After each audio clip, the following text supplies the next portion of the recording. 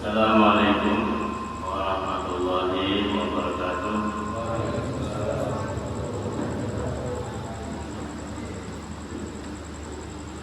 Alhamdulillahirabbil alamin wassalatu wassalamu ala asyrofil anbiya'i wal mursalin sayyidina wa maulana Muhammadin wa ala alihi wa sahbihi ajma'in. Allahu ta'ala bi kitabihil karim ba'da Bismillahirrahmanirrahim. Yarfa'illahu alladhina amanu minkum walladhina utul ilma darajat.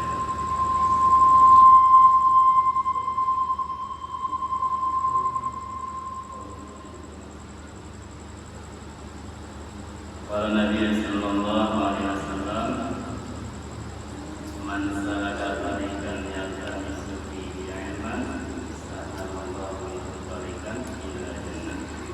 Qala Nabi sallallahu alaihi wasallam, Rabbi shrah li sadri wa yassir li amri wahlul 'uqdatam min lisani yafqahu qawli. Zidni ilman warzuqni fadlan.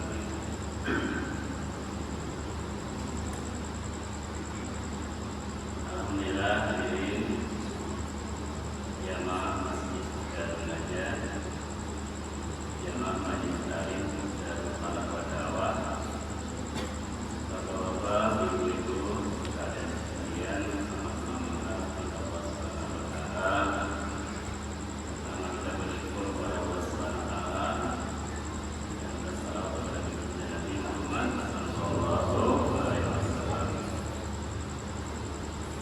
Kita hari ini kembali bisa meluangkan waktu untuk mempelajari satu ilmu yang wajib kita pelajari.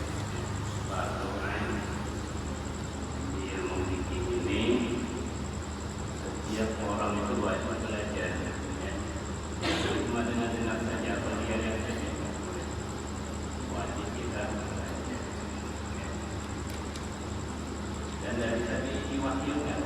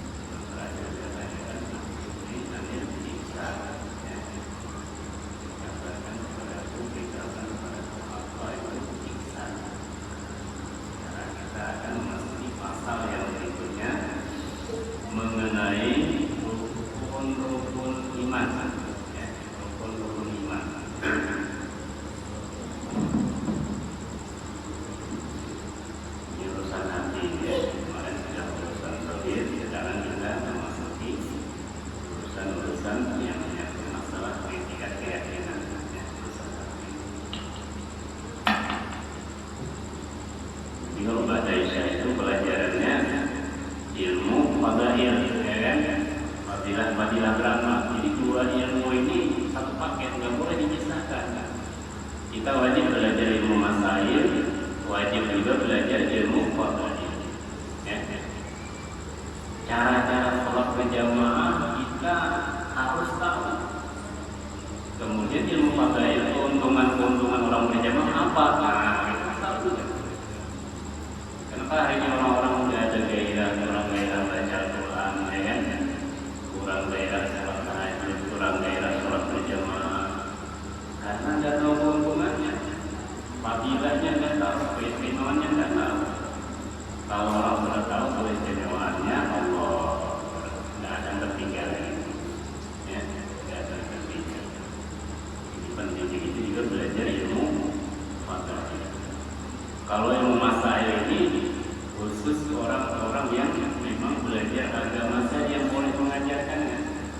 Nggak pernah di pondok pesantren gitu ya kan? 6 tahun, 8 tahun atau sampai Mekah sana, itu bagus. Tapi kalau belajar ilmu fadhail, terutama itu siapa pun boleh, asal dia bisa belajar saja. Walaupun dia pakai ijazah belajar keutamaan sholat berjamaah, itu boleh. Membacakan tentang keuntungan beramal boleh dia bacakan. Tapi kalau dia tidak ada ilmu, mengajarkan cara-cara itu nggak boleh. Ya kan? Misalnya mandor panen misalnya, duduk di sini, ayo kita belajar ini. Baik, ya. Habis itu ditanya oleh hadirinnya, Ustaz, Pak Mandor, kalau orang berduduk buang angin tapi tidak terbunyi, kira-kira benar nggak? Kayaknya nggak benar, kira-kira. Ini kan kira-kira, nggak boleh pakai kira-kira. Ya? Pasti itu batal. Tapi kalau orang ada tanggung jawab ilmunya, dalam kitab apa kita tanggung kita jelas gitu. Itu perbedaan ilmu masail dengan ilmu fadhail. Ya? Ilmu masail tentang masalah cara beramal, ilmu fadhail tentang keuntungan, keistimewaan, keuntungan orang beramal. Ini dua-duanya harus kita pelajari. Ya. Kalau orang belajar masail saja, belajar fikih saja, tidak mau membaca fadilah amal, keuntungan beramal, ya itu soal ya, banyak fadilah amal itu ya, bukan ini saja. Karena kalau dia belajar fikih saja, nggak belajar tentang fadilah keistimewaannya, dia tahu tentang hukum-hukum, tapi semangatnya nggak ada. Ya. Cuma bisa seperti mobil itu, motor itu kayak ban depan, nggak ada ban belakangnya. Jadi biasa belok kiri, belok kanan, maju nggak bisa gitu. Cuma bisa tengok kiri, tengok kanan. Dia jadi dia tulis salah, ya, sholatnya salah. Tengok kiri salah, sholatnya rukunya ini. Dia sendiri nggak mau masjid begitu ya. Cuma ngasih tahu kesalahan orang saja, itu bisa bergerak. Gitu juga kalau orang punya ilmu fadhail saja, nggak punya ilmu masail, nggak bisa juga jalan. Belakangnya saja, tapi nggak ada arahnya. Kecebur juga susah. Ini penting juga satu paket ya kan. Ilmu masail kita pelajari, ilmu fadhail kita pelajari. Insyaallah ya. Maka diantara ilmu masail yang perlu kita pelajari adalah mengenai faslun, ini suatu bab yang menerangkan tentang arkanul iman, rukun-rukun iman. Iman itu letaknya di hati sebenarnya, percaya dan yakin. Ini masalah asal ya kan. Soalnya dengan perkara gaib tidak kalau yang iman ini, ya. Arkanul imani kita rukun-rukun iman itu ada 6 macam. Antu'mina billahi, yang pertama kamu harus percaya dengan Allah Subhanahu wa ta'ala. Percaya dan yakin dengan zat wajib wujud yang kita sembah, yaitu Allah Subhanahu wa ta'ala. Kita harus mengenal Allah Subhanahu wa ta'ala. Mengenal Allah itu nggak bisa sifat-sifatnya Allah. Jadi nanti kita kalau ada waktu juga nanti kan pelajaran kita dengan ilmu tauhid juga ya. Suatu saat kita belajar tauhid juga. Bahwa Allah itu memiliki 20 sifat yang wajib. Sifat Allah itu banyak sebenarnya. Ya. Cuma yang sering jadi perdebatan maka disimpulkan oleh ulama Imam Asy'ari itu, ya, Abdul Hasan Asy'ari itu 20 sifat yang wajib bagi Allah. Tidak bisa tidak pasti ada. Ya. Yang sering disyairkan oleh orang-orang ketika menjelang Ramadan kan, Allahu wujud idam baqo mukhalafatul hawadith iyamu binafsi sampai selesai. Kalau bisa kita hafal itu ya, bagus dibaca ya. Kalau mau cepat hafal itu bagus disyairkan saja ya.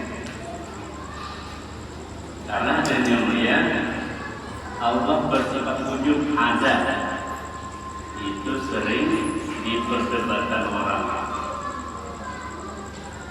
Kayaknya Allah tidak ada itu gimana? Ya kan? Orang-orang ateis itu yang nggak bertuhan. Ya.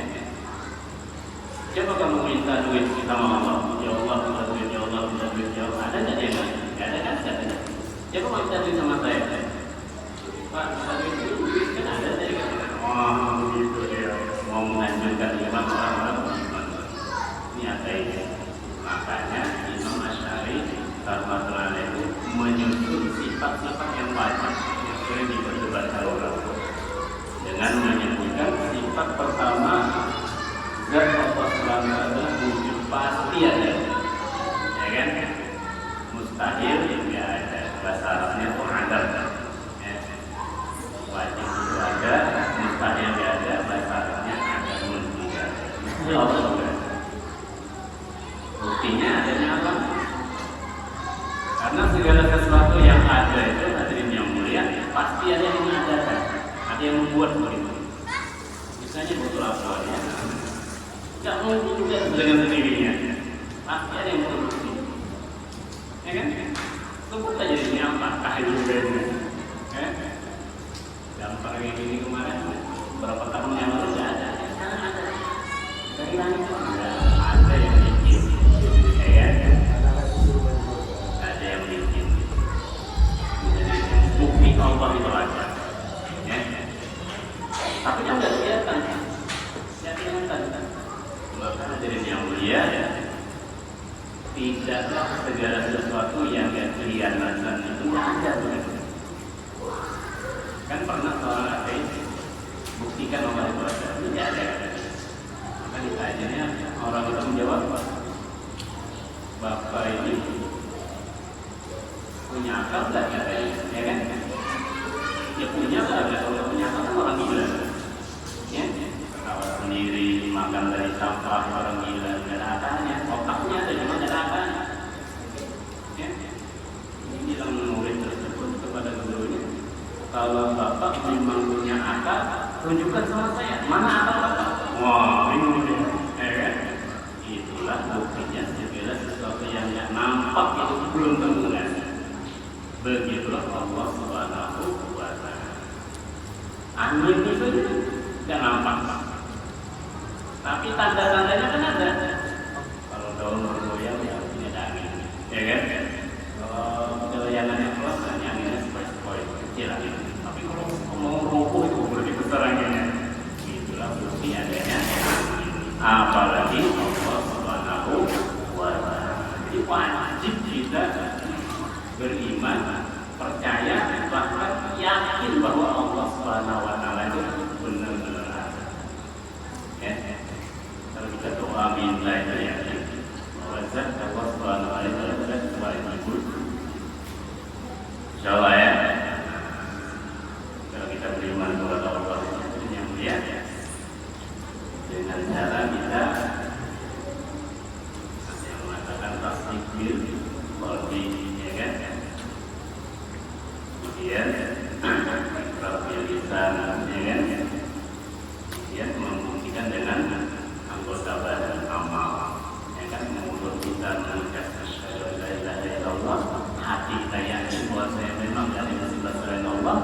Kemudian anggota badan kita ini taat kepada perintah Allah.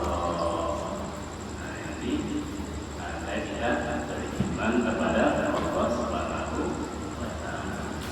Iman dan yakin.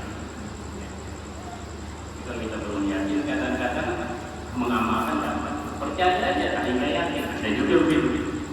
Karena level yakin itu di atas iman. Ada orang yang percaya tapi nggak yakin. Kamu yakin nggak? Percaya nggak bahwa kamu nanti mati? Percaya. Kubur itu ada. Percaya nggak? Percaya. Bekal kita ke akhirat nanti cuma iman dan amal soleh para kebaikan. Percaya nggak? Percaya. Kalau saya kita kalau percaya nanti deh. Kan percaya tapi nggak yakin. Kalau orang yakin langsung. Nah inilah yakin. Ini yang perlu kita usahakan terus. Usahakan lagi. Belajar lagi. Ya. Makanya salah satu di antara kita untuk mendapatkan yakin itu kita luangkan waktu fokus untuk belajar yakin. Ini gara-gara kalau ada waktu luangkan waktu kita, ya kan? Kita tinggalkan rumah kita, keluarga kita, tetangga kita, pekerjaan kita, apapun kita tinggalkan. Kalau bahasa tasawuf kita kali kosongkan hati dari makhluknya gak ada semata-mata sama Allah. Ya kan takhali. Kalau orang ngomong seperti takhali, kosongkan hati dari dunia. Ya, caranya tinggalkan. Ya kan? Tinggalkan. Ada yang mengganggu satu hari, ada yang 3 hari, ada yang 10 hari, setiap bulan sekarang tinggalkan. Tinggi lagi maksudnya. Ada yang 40 hari, setiap hari dia berangkat malam. Pasti ada kita. Ada yang 4 bulan. Sekarang mereka kita 8 bulan. Ya kan? Januari, Februari, Maret, April mereka berangkat masjid menguatkan iman orang yang mereka datang. Pulang lagi ke rumah 4 bulan. Habis 4 bulan berangkat lagi. 8 bulan berbulan di jalan Allah, 4 bulan kerja di dunia. Sudah ada yang mampu seperti ini. Ya, walaupun tidak banyak, tapi mewakili kita. Soalnya, kalau dia sehari sudah ada hitungannya. Ini belajar ya, ini belajar ya. Kalau percaya itu gampang, tapi yakinnya ini, yakinnya yang perlu kita usahakan. Semakin tinggi dan yang mulia, keyakinan kita semakin tinggi derajat iman kita kepada Allah Subhanahu wa Ta'ala. Insyaallah nanti kalau ada waktu kesempatan kita belajar benar ya ilmu tentang tauhid kita. Kita bedah satu-satu wujud itu apa, idam itu apa, bahwa itu apa, mukhalafatul hawadits itu apa. Tapi di sini hadirin yang mulia, ada para ulama menjelaskan barang siapa meninggalkan 4 kalimat maka nanti dia menyempurnakan imannya. Yang pertama dia meninggalkan kalimat ya, di mana Allah, ya kan? Ya, itu di mana sih? Ya kan? Ini perlu pembahasan yang khusus. Ya. Kayak nama walu pasama wajibullah. Kemana saja kalau menghadap di sana ada kekuasaan Allah Subhanahu wa Ta'ala. Ada zat Allah Subhanahu wa Ta'ala, kekuasaan Allah Subhanahu wa Ta'ala. Karena Allah ini meliputi segala sesuatu. Tidak ada yang terlewat dari kebesaran Allah Subhanahu wa Ta'ala. Tidak usah kita nanya-nanya Allah itu di mana, Allah itu bagaimana, Allah itu kapan adanya, Allah itu berapa. Tidak usah ditanya. Ini akan memudahkan iman kita sempurna kepada Allah Subhanahu wa Ta'ala. Wajib bagi Allah 20, yang mustahil bagi Allah 20, yang harus saja bagi Allah ada 1. Harus itu nggak wajib, nggak mustahil, terserah Allah begitu. Misalnya laki-laki dengan perempuan menikah.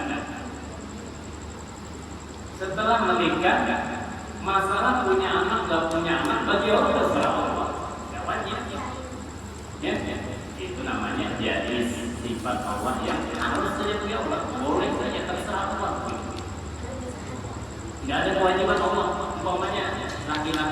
setiap laki-laki sama perempuan menikah wajib Allah bikinkan dia anak muda.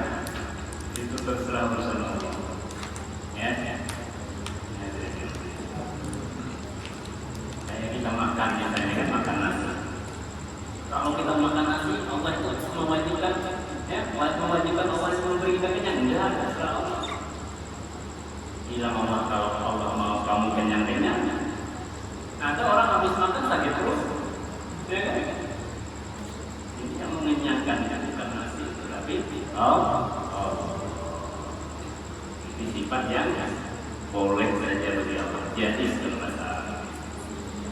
Jadi wajib itu 20, mustahil 20, yang jadi bagi Allah sama.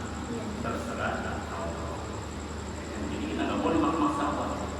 Aku ini sholat yang mau kerja mali-mali yang banting itu bang, para mereka itu nggak kaya-kaya, terserah Allah. Kamu makhluk, terserah Allah. Masalah kaya miskin itu sudah ditakdirkan Allah sebelum kita lahir. Tapi kita diberikan ikhtiar, berusaha untuk jadi orang kaya boleh.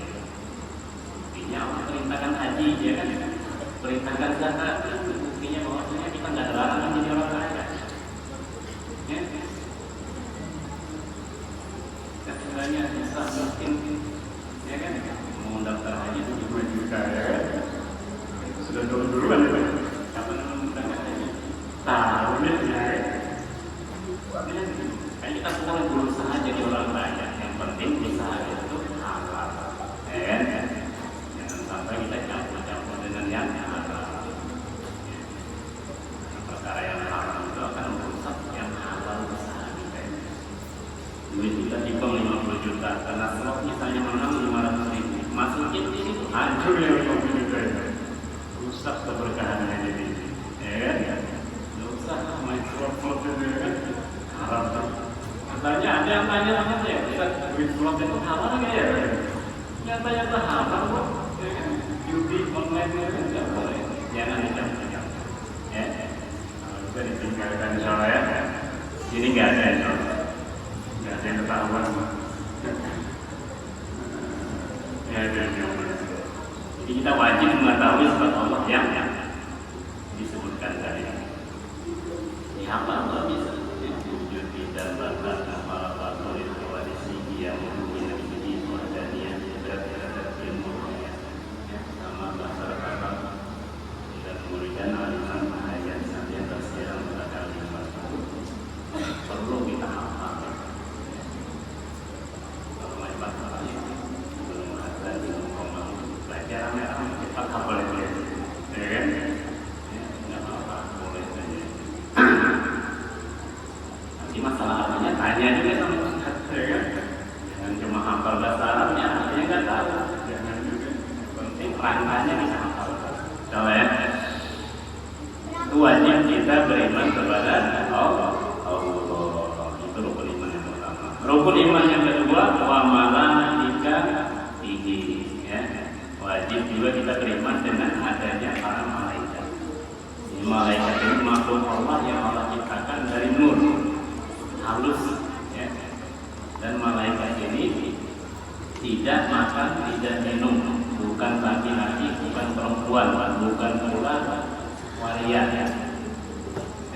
Kalau bilang bukan laki-laki, perempuan berarti penyok tidak, bukan juga waria.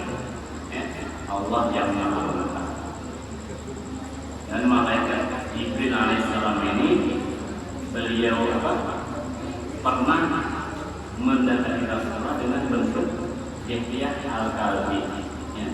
Laki-laki pemuda tertampan di Mekah saja. Dihya al-Kalbi, Dihya al-Kalbi. Al-Kalbi itu memang bahasa anjing artinya, ya. Karena di Mekah itu kan orang sering berburu dengan menggunakan anjing, ya. Dia banyak memelihara anjing, maka disebut Dihya al-Kalbi. Banyak punya anjing berburu di padang pasir. Makanya di Mekah itu kan namanya ada al-asad itu harimau. Mungkin karena kejagoannya ya kan, kira al-asad harimau. Ini malaikat bisa berubah-ubah bentuknya. Ya, pernah beliau datang kepada para sahabat malaikat Jibril alaihissalam yang terkenal dengan hadis Jibril yang bertanya masalah Islam, iman, ihsan dari itu. Memakai baju yang sangat putih, ya, rambutnya hitam, bersih, begitu. Bertanya masalah agama kepada Rasul di depan para sahabat. Setelah pergi, Sayyidina Umar tanya, ya Rasulullah, siapa tadi? Maka Rasul katakan itu adalah Jibril yang sengaja datang mengajari kalian tentang agama. Malaikat Jibril bertanya, pas dijawab Rasulullah, benar atau? Maka sahabat bingung, dia yang nanya, dia membenarkan, berarti sudah tahu kan? Artinya makanya di sini kita nanti setelah Isya habis talim fadilah amal itu nanti kalau ada pertanyaan boleh mau bertanya. Ya. Nanti kita di situ bertanya dengan kalau laki-laki lewat WhatsApp ya kan, kalau telepon boleh pakai tulisan ya. Telepon jangan pakai WhatsApp ya. Laki saja boleh. Ya. Kalau mau bertanya langsung itu. Kemarin kan Pak Rudy bertanya pas kita asik-asik sudah santai kan. Kalau kita ke masjid itu jalan kaki kan apa? Ya, langkah kita dihitung pahala, langkah kedua dihapuskan dosa. Tapi kalau naik motor gimana? Ya, banyak juga. Ya sama aja dihitung juga dari putaran motornya. Ya, jangan itu kalau naik motor berarti nggak dapat pahala waktu dapat. Ya, cuma orang yang berjalan kaki itu mungkin lebih besar pahalanya daripada yang naik motor. Kesusahannya lebih berat yang dia lihat. Beliau bertanya juga kemarin masalah sholat berjamaah. Kalau umpamanya suruh makmum sama imam gak ada yang khusyuk, dapat nggak tetap pahala? Tetap dapat. Ya. Allah pandang dari sopnya. Ya kan, sopnya itu dipandang oleh Allah sehingga tetap dapat pahala berjamaah. Ya. Sopnya ada yang kayak kok gak lurus banget begitu. Allah pandang lagi pengorbanan kita meninggalkan rumah. Berat ya untuk sholat berjamaah. Banyak tantangannya. Banyak tantangannya. Di situ Allah pandang, makanya Allah tetap kasih pahala sholat berjamaah. Enggak cuma kita sholat berjamaah. Bukan berarti sholat sendirian di rumah sia-sia. Enggak, dapat juga di rumah. Cuma beda kan kualitasnya beda. Kalau ya, kita harus beriman juga kepada para malaikat. Malaikat yang wajib kita ketahui ada 10. Ya, malaikat Jibril, Mikail, Israfil, Israil, Munkar, Nakir, Raqib, Atid, Malik, Ridwan. 10 malaikat yang wajib kita ketahui. Ya. Jangan kita meninggal menghafal nama malaikat, jangan sayang banget ya. Minimal tahu lah. Kalau ada orang bilang itu Malik namanya, oh itu nama malaikat. Nah tahu lah bahwa Malik itu nama malaikat. Ya, walaupun kita nggak hafal urutannya, tapi tahu bahwa itu malaikat. Ya. Munkar, Nakir, ya kan? Kadang banyak yang salah sebutin yang dia. Malaikat Munkar, malaikat Nakir. Salah itu. Ya, jangan nakir. Ya. Malaikat Munkar, malaikat Nakir. Ya. Malaikat Raqib, malaikat Atid. Ya. Malaikat Ridwan, malaikat Malik. Dan tugas-tugasnya perlu juga Jibril alaihissalam membawanya. Ya, Mikail yang mengisi hujan. Ya. Israfil yang menyimpulkan antara kita. Kiamat kebangkitan dua kali ya. Israel mencabut nyawa. Munkar Nakir yang menanyakan di alam kubur. Raqib Atid ya. Yang online yang baru kiri kanan itu online itu dapat online itu. Live terus gitu. Videonya tersimpan terus kecuali kita obat kita. Ya. Kita bikin dosa misalnya. Ya. Melihat perempuan yang bukan murid kita, oh itu catat itu dosa, mantap juga dosa. Tapi kita bawa tobat ya Allah, hilang lagi, dideret lagi oleh malaikat. Banyak kalinya dideret aja. Itu maksiat mata kalau ada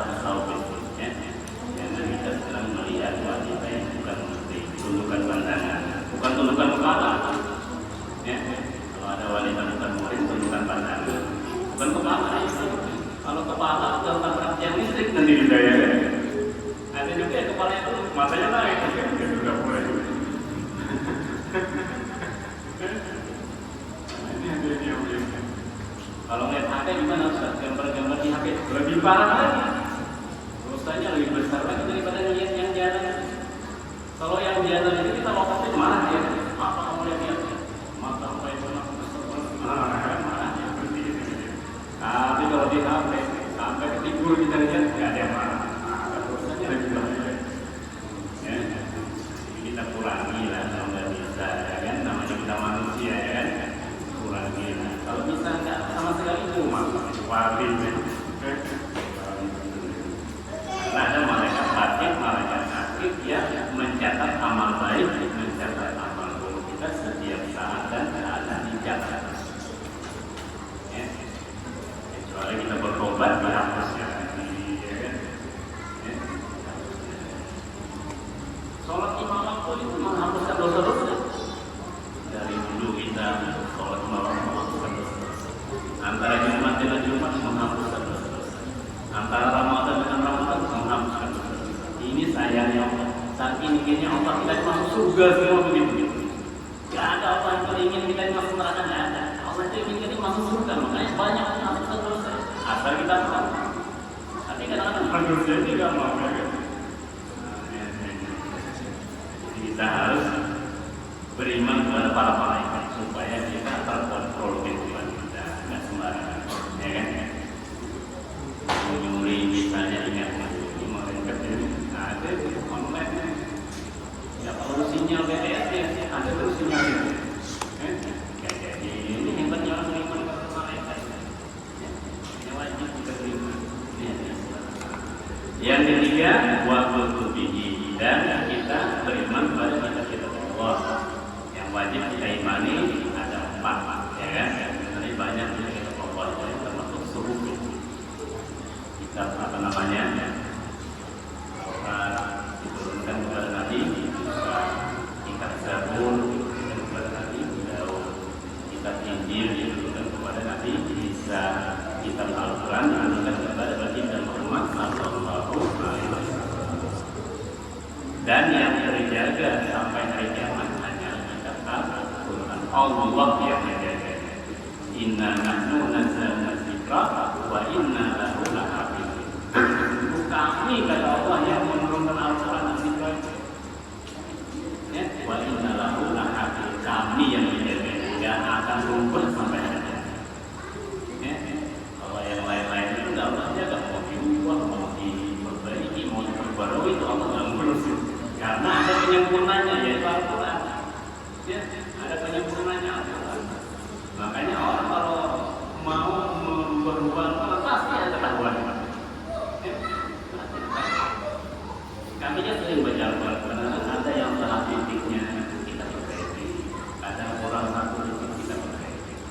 Ya, maka kita perbaiki supaya diperbaiki. Di Allah yang menjaga kita tahu, nggak akan bisa dipalsukan. Mau diganti bahasa apapun nanti tetap saja asli Al-Quran bahasa Arab. Kalau terjemah boleh bahasa Jawa, bahasa Sunda, nggak apa-apa. Kemudian yang keempat kita wajib beriman kepada Rasul Allah Subhanahu Wa Taala.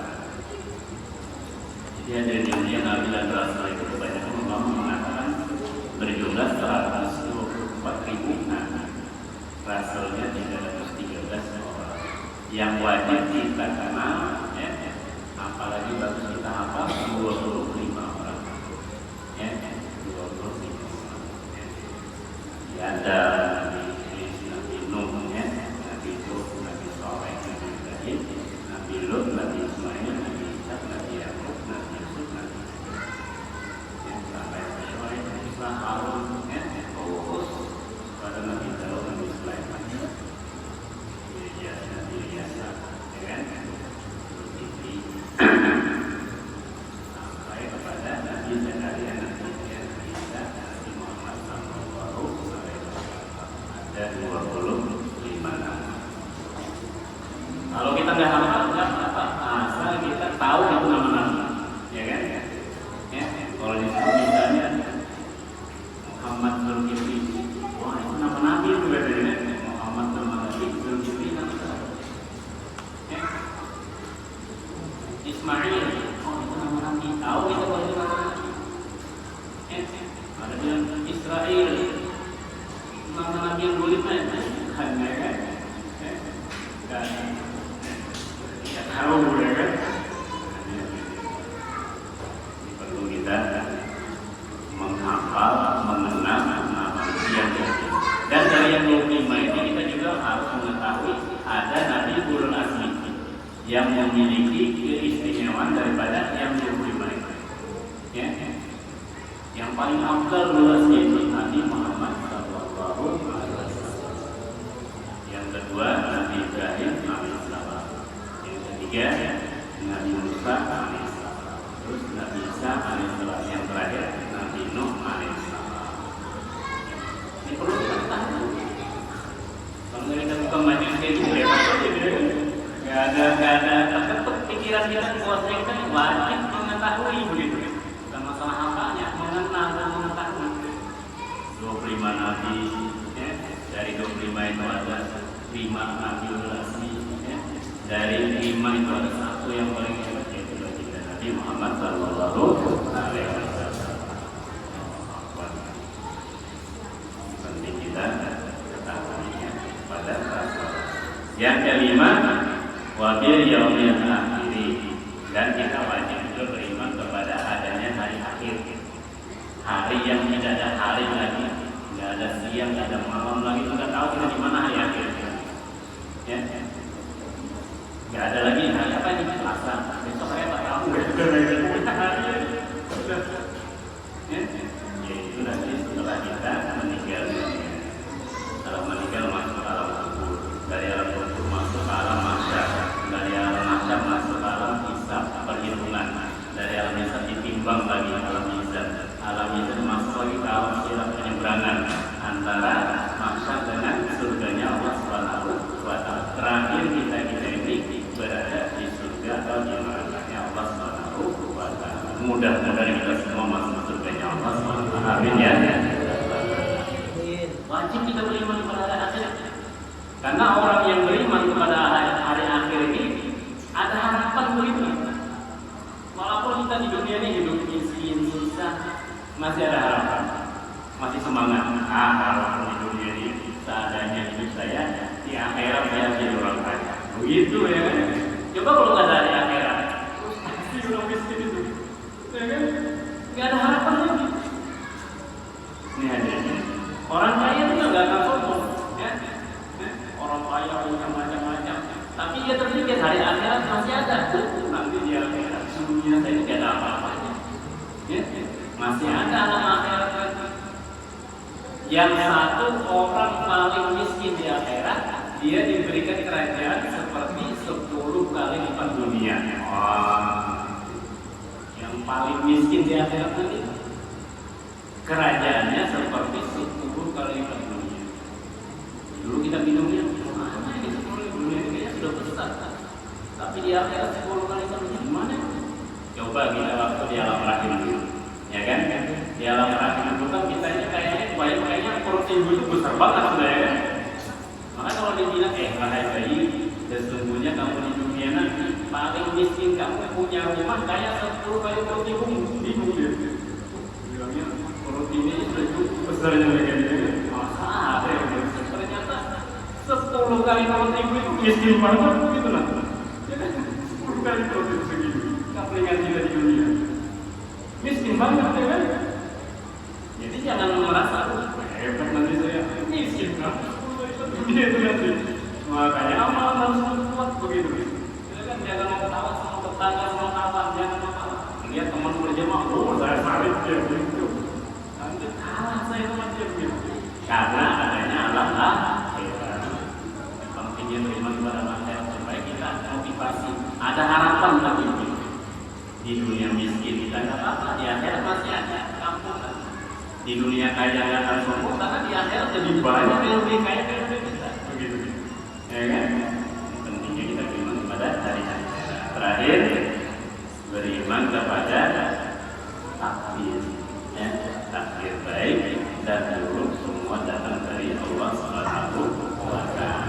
supaya kalau kita ditakdirkan kebaikan kita syukur, kalau ditakdirkan keburukan kita sabar. Antara syukur dan sabar ini adalah takwa kepada Allah. Jangan protes kita semua. Apapun keputusan Allah itu baik bagi kita. Walaupun bagi kita kayaknya jelek. Apapun ciptaan Allah itu baik semua temanya semua. Coba kita lihat ada nyamuk misalnya. Benci banget sama nyamuk dan nyamuk ini ganggu kalau bisa nggak usah dibikin nyamuk. Padahal dari nyamuk, kalimat nyamuk saja berapa ribu urusan sampai yang Allah tanamkan ya. Berapa ribu urusan baik untuk bakar apa segala korek api dari seekor nyamuk saja. Kayaknya jelek bagi kita, tapi bagi Allah banyak manfaatnya bagi kita. Nah, ini perlu kita beriman kepada takdir baik dan buruk datang dari Allah. Kita cuma diberikan ikhtiar untuk berusaha supaya baik. Baik itu kan jadi orang sehat, jadi orang kaya, jadi orang selamat. Berusaha kita jadi orang sehat, berusaha jadi orang kaya, berusaha jadi. Tapi kalau mau takdir kita berusaha, ini sudah ditakdir sabar. Nah, alhamdulillah ya, kita sudah melewati batas waktu pelajaran kita hari ini ya, tentang masalah rukun iman kepada Allah, iman kepada malaikat, iman kepada Rasul, iman kepada kitab, iman kepada hari akhir, iman kepada takdir baik dan buruk dari Allah Subhanahu wa Ta'ala. Mudah-mudahan Allah Subhanahu wa Ta'ala memberikan kekuatan iman kepada kita supaya kita semakin yakin kepada Allah, yakin kepada malaikat, yakin kepada kitab, yakin kepada Rasul, yakin kepada hari akhir dan yakin kepada takdir baik dan buruk dari Allah Subhanahu wa Ta'ala. Dan semoga Allah jemaah kita mendapat ilmu dan Allah selamatkan kita di dunia akhirat. Buat kita semua dimudahkan Allah di surganya Allah bersama para nabi, para rasul, orang-orang saleh. Amin ya. Minal Fatihah.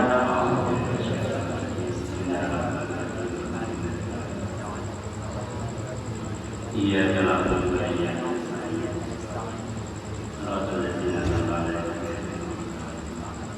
Amin ya rabbal alamin. Bismillahirrahmanirrahim.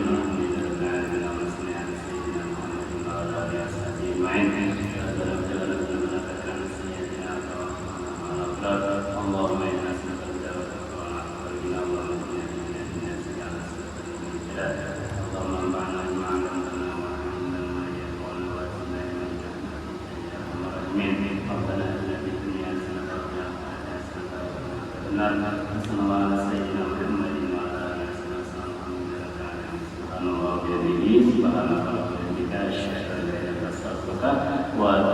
Assalamualaikum